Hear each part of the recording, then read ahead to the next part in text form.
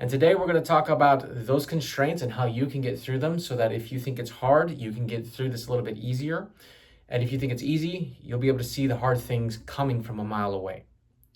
The first thing that we're going to talk about is filling the unit, because I'm assuming that you already have a property if you've looked this video up or if you've stumbled across it. So one of the first things you want to do, there's two things in this bit of filling the property. There's marketing, and then there's selection of the tenant. The first section of marketing, you want to work on the visuals first, and I'll tell you why in a minute. In order to work on the visuals, you yourself either have to be a professional photographer. We're not doing the whole take a picture on your phone thing, unless you have our AI system that I could give you for free by linking it down in the description, or if you want it, you can go ahead and say me and I'll send it to you.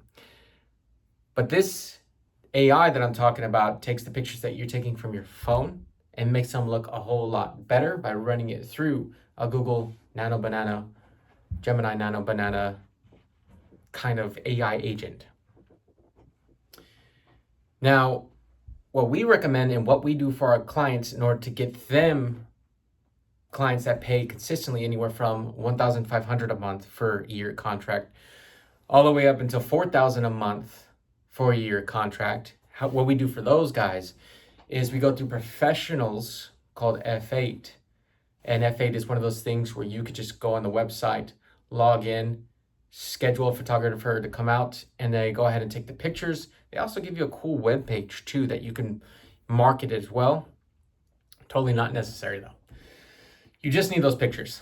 So after you're done taking care of the visuals, you're going to go ahead and make a description. You could do this by yourself using Google Gemini or Claude or something like ChatGPT. You definitely don't need to get a paid version. It would help, but you definitely don't need it. All you have to do is ask it to look at the pictures that you've gotten, right? This is important why you're getting the pictures first, because you could do so much with already having the pictures. So get the pictures, upload them to your AI of choice, and say, using these pictures as a reference point, create me a listing description for leasing this property out at this price. Be sure to include that it has 1 feature, 2 feature, 3 feature. Make sure to highlight that it doesn't have 1 negative feature that people see in this area, 2 and 3. You don't have to do 3. These are just examples. You can do more, you can do less. In this situation, less is more. It highlights what you actually want them to see that's good about this place, and actually want to see what is bad about everywhere else in this area that your place doesn't have. So once you're done getting that description, you're going to go ahead and post the listing. Now, a little trick here is that you should definitely use an agent to post it. Most agents will take a small fee, around $50 even to $100, depending on how busy they are. If they're a really busy agent, they're probably going to want $200 to $500 to do this. But they can just post it because it is then syndicated, or it is then sent through their MLS to 50 plus, depending on their MLS, but most likely around 50 different websites. Like, let's name one, Zillow. That's one. Now think about 50 of them. It'll send it to those. You'll get the pictures, the description on all of those. So if somebody's surfing the web on that specific platform, or if that platform is using their marketing spend dollars on Google ads or Meta ads, or you name it, they're going to see your property on their website. And so you just get a little bit greater chance at getting a potential prospect to see what you've got. Now, the reason why I say use a realtor is because if you just post it on Zillow, it's just on Zillow, which is not bad too. But if you're already going to pay money, because Zillow does cost money, if you're going to pay money, might as well get a realtor to do it. And honestly, you could probably just do it for both, because I know Zillow has some back-end stuff that you could take advantage of, but there's other ways of doing that as well. We'll get to that. So then that was for marketing. The next section is called selection. We do have a script in our school community, Rental Lords California, if you want to go ahead and join that and get all of these scripts, all of the links to the things that I've talked about here, and all of the prompts for AI and more to come actually, because I'm about to describe some more stuff. Then go ahead and click the link below in the description so that you can get what I'm looking at, which is our school community, Rental Lords California, and be part of the journey with other people like you.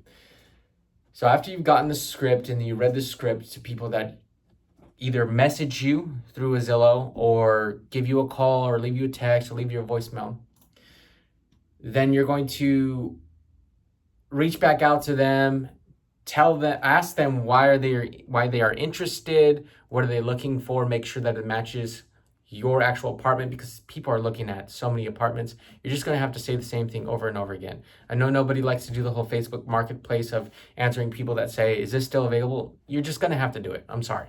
We do it all the time. You're going to have to do it all the time. What you could do too is a little pro tip is that we actually make a one-time video that we can send out to people so that they can see the thing that we have to say over and over again, except we give them a visual, and plus they get to see our face so that when they come to the property, they know that it's a safe environment with a professional that's going to help them get the most out of their time. So when you're looking at talking to these people, you're going to want to send them a list of criteria that you made up yourself.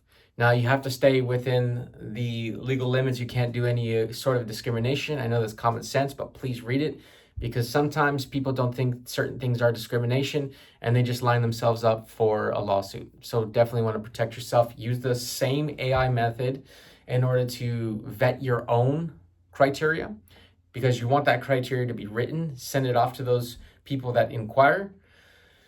That way they know specifically, hey, if I do this application, that if I'm doing it and I do not meet the requirements, I'm basically forfeiting the application fee. If you don't do that, then anybody who requests a refund, and matter of fact, they don't even have to request it. By law, by the new laws, because there's been plenty that have came out that not a lot of people know about, that I don't have time to cover all of them in this video here, unfortunately. But if you do not give them their money, you open yourself up for potential legal action. I know, seems like a minefield, but that's just the reality of it, so that people that are bad actors don't move forward with acting bad. And I know if you're watching this, that's not going to be you 100%. But I just need to say that just so that you know, even though you're not a bad actor, you could be counted as one if you do not follow the rules. So once you've thrown out the criteria in written form and they've acknowledged it, you're going to send out that application. We use something called Rent Spree, and it does all the background checks for us. You can go out there and manually do it. This is not a video for that, but there are videos out there for it. Maybe we'll make one.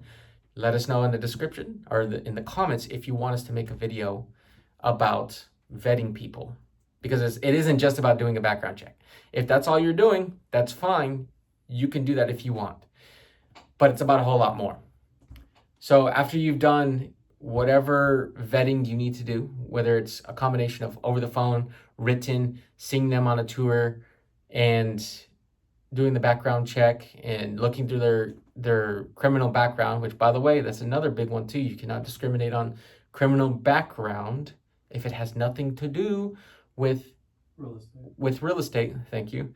If it has nothing to do with real estate and you're making claims that you don't want them in your property, you can, again, open yourself up for legal liability. Next thing you want to do is make the contract from a template. You can use a car form. That's something that most people use and most platforms use, like Rent Spree uses that as well.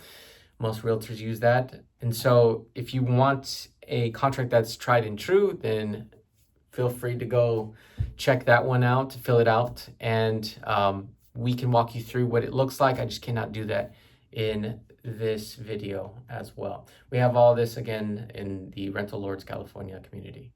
So that's it for the fill. The next thing we want to do is look at the management. What does it mean to manage? And I'm not saying like property management and everything that they do, don't pay you that 10%, but you need to have some form of keeping track of the tenants, because if you don't, then you're leaving yourself open for surprises that call in the morning at 1 a.m. in the morning for a, hey, the toilet is messing up. And so for this, you definitely want to have a tracker sheet, at least like a Google sheet or something, of your tenants. You want to be able to tell everything down to their birthdays so that you can keep in touch with them. You want to let them know that you're on their team so that they can reciprocate with that.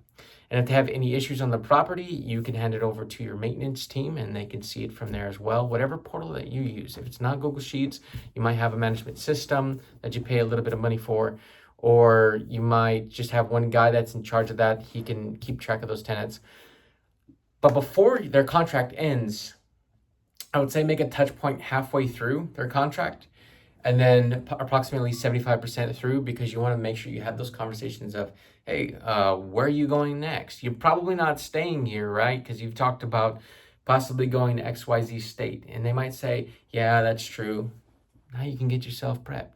Or they might say, no, that plans have changed, actually. We're going to go ahead and stay put and re-up on the contract. And maybe you send them out a contract even a little earlier.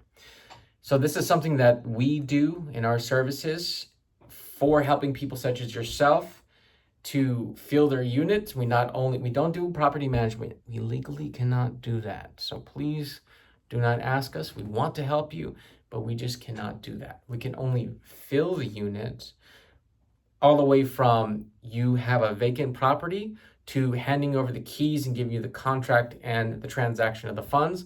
But as soon as that's done, we can't do anything else, but we can call.